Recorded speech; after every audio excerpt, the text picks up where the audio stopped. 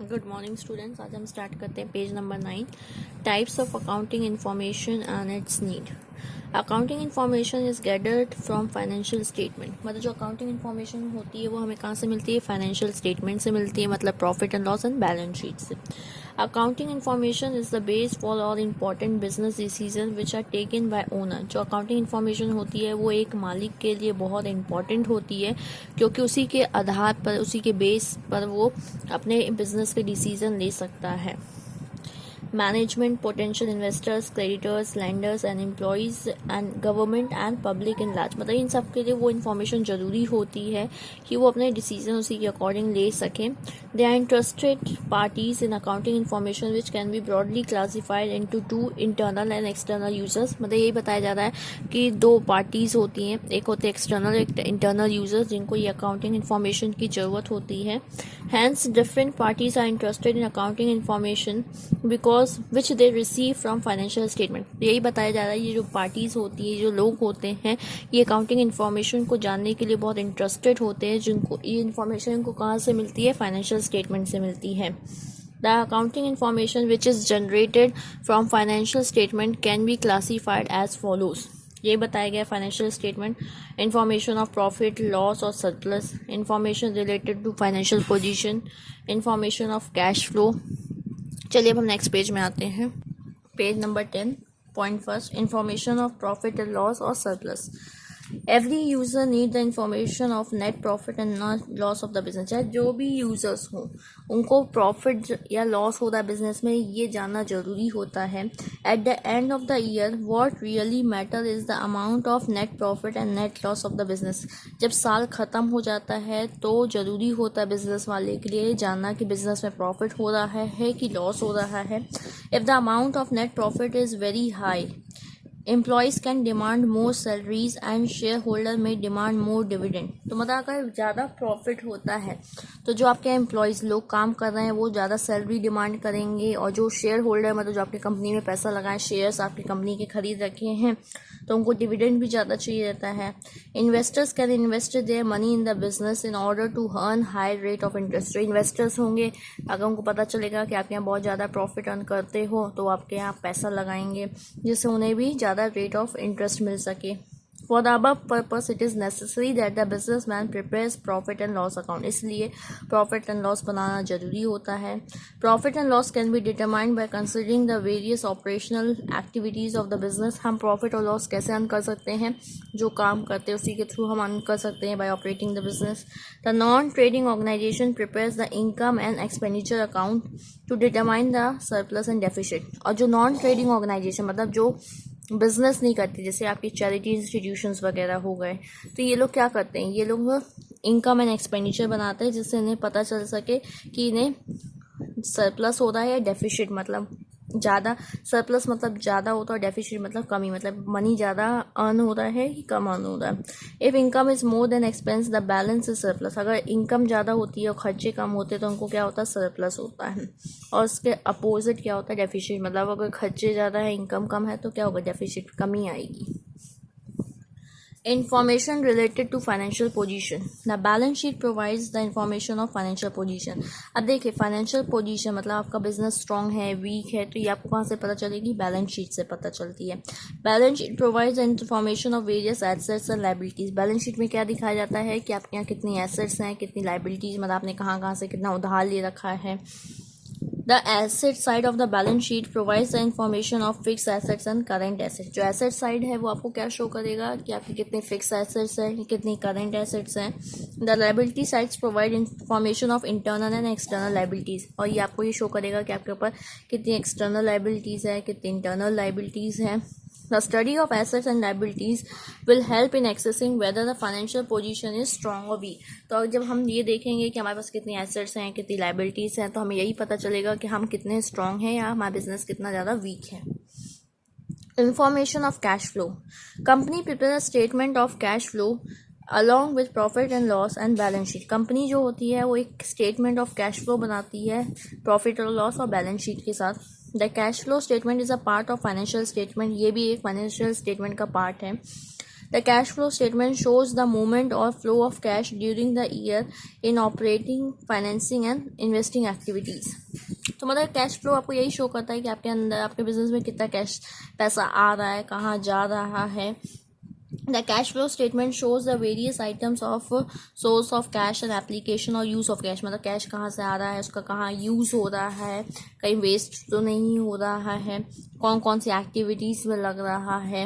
Activities मतलब आपके business activities में लग रहा है, ये छोटे मोटे खर्चों को देने में लग रहा है, कहाँ पे कैश का कैसे यूटिलाइजेशन हो रहा है.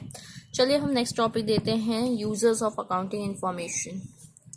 Accounting is an information system that identifies, records and communicates the economic events of an organization to the interested party in the form of financial statement. अब जो अकाउंटिंग इन्फॉर्मेशन होती है उसको हम एक जगह रिकॉर्ड करते हैं सिस्टमैटिक वे में, फिर उसको कम्युनिकेट मतलब आपस में शेयर करते हैं, जिससे सामने वाला जो इंटरेस्टेड यूज़र्स हैं जिसको उस इंफॉर्मेशन से बेनिफिट होना है तो उसको पता चल सके कि आपके यहाँ बिजनेस में चल क्या रहा है, प्रोग्रेस हो रही है, लॉस में जा रहा है. तो ये सब इन्फॉर्मेशन कहाँ से मिलती है? फाइनेंशियल स्टेटमेंट से, मतलब जो हम प्रॉफिट लॉस बैलेंस शीट बनाते हैं उससे मिलती है.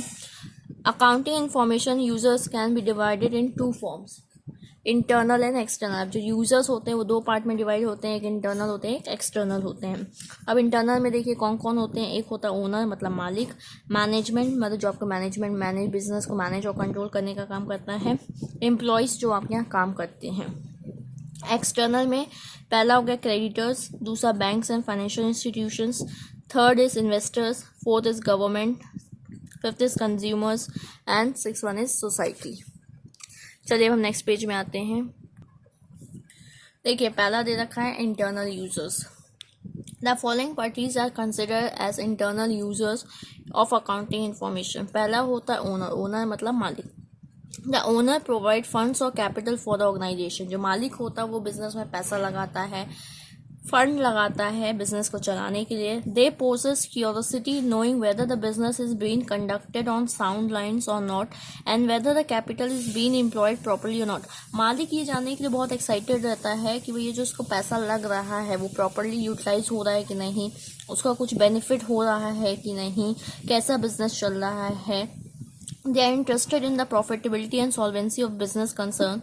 These information are generally received by them from the financial statement which are prepared at the end of the year. तो ये सब इन्फॉर्मेशन हमको कब मिलती है?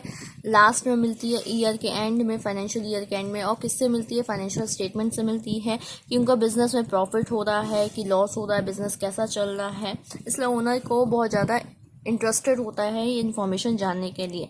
Management, the managers at various level of the business use the accounting information for efficient conduct of business and to organise the various economic activities. और जो management होते हैं, मैनेजर्स होते हैं, वो बहुत अलग अलग लेवल में काम करते हैं बिजनेस में. तो उनके लिए भी ज़रूरी होता है कि उन्हें पता चल सके कि वो जो काम कर रहे हैं सही से काम हो रहा है कि नहीं, कहाँ पे कमी रह जा रही है, इसको हम कैसे सुधार सकते हैं. The management uses the accounting information for creation of various business policies and in decision making process. तो उनके लिए इन्फॉर्मेशन इसलिए जरूरी होती है कि वो डिसीजन ले सकें, स्टेप्स ले सकें, पॉलिसीज बना सकें, रूल्स बना सकें कि बिजनेस को कैसे और हम अच्छी से मैनेज कर सकते हैं, चला सकते हैं. थर्ड पॉइंट दिया हुआ है employees. The employees have an interest in the earning capacity of the business. जो आपके यहाँ लोग काम करते हैं वो यही जानना चाहते हैं कि आपके बिजनेस में कितना ज़्यादा प्रॉफिट हो रहा है. The demand for wage rise, bonus, better working condition etcetera depend upon the profitability of the firm and in turn depends upon the financial position. From these reasons this group interested in accounting. मतलब ये बोला जाता है कि इनको इसलिए interested होते हैं कि अगर आप ज़्यादा प्रॉफिट कमा रही है कंपनी तो वो बोनस डिमांड कर सके, एक्स्ट्रा बेनिफिट्स डिमांड कर सके, सैलरी में इंक्रीज मांग सके. अब आते हैं external users.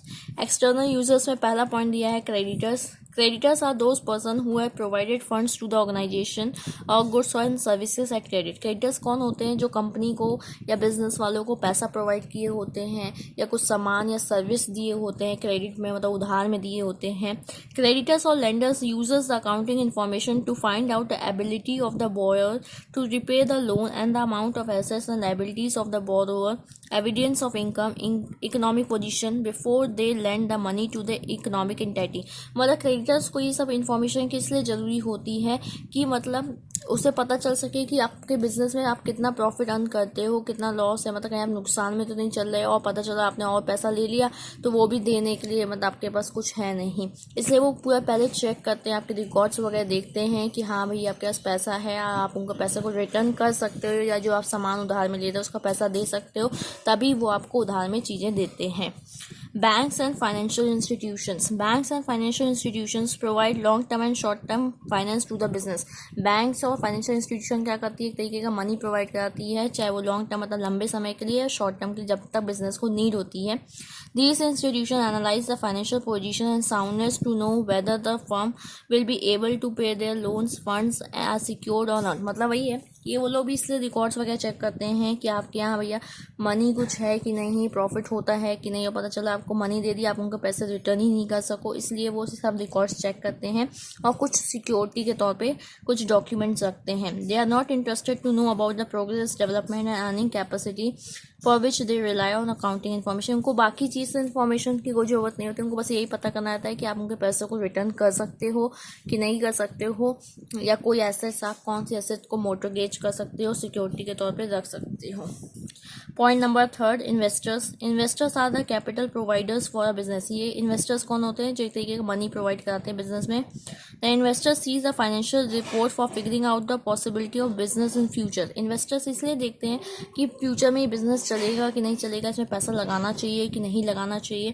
Financial information is important for the investor for making sure that the investment are secured and to determine the rate of investment. मतलब कि अगर वो पैसा लगा रहे हैं तो उनको कितने रेट पे इंटरेस्ट मिलेगा, बिजनेस के फ्यूचर के चलने के चांसेस कितने हैं।